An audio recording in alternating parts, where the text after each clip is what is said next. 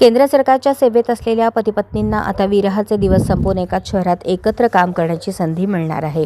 विवाहित जोडप्यांना शक्यतो एकाच मुख्यालयी किंवा स्टेशनवर नियुक्ती देण्याच्या धोरणाचे केंद्र सरकारने ठाम समर्थन केले आहे.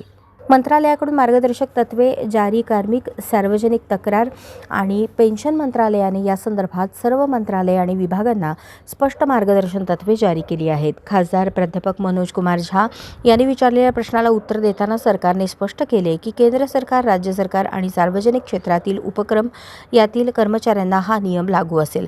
पती-पत्नीला एकाच ठिकाणी पोस्टिंग मिळावी जेणेकरून त्यांच्या कौटुंबिक जीवनात स्थैर्य राहील, हा त्यामागचा मुख्य उद्देश आहे. बँकिंग क्षेत्रातील स्पेशल ट्रान्सफर पॉलिसी बँकिंग क्षेत्रातही बदलीच्या कटकटीपासून सुटका करण्यासाठी वित्तीय सेवा विभागाने विशेष धोरण आखले आहे.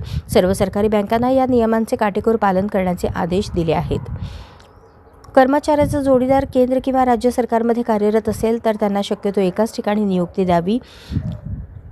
स्केल 3 पर्यंतच्या अधिकाऱ्यांची नियुक्ती त्यांच्या भाषिक क्षेत्रातच केली जावी. महिला कर्मचाऱ्यांची बदली त्यांच्या घराच्या जवळ किंवा सोयीच्या ठिकाणी करण्यावर भर दिला जाईल. पसंतीचे ठिकाण सांगण्यासाठी बँकांना आता ऑनलाईन पोर्टल तयार करावे लागेल. चुकीच्या बदलीविरुद्ध कर्मचाऱ्यांना दाद मागता येईल. तक्रार समितीला 15 दिवसांच्या आत लिखित कारणासह यावर तोडगा काढावा लागेल.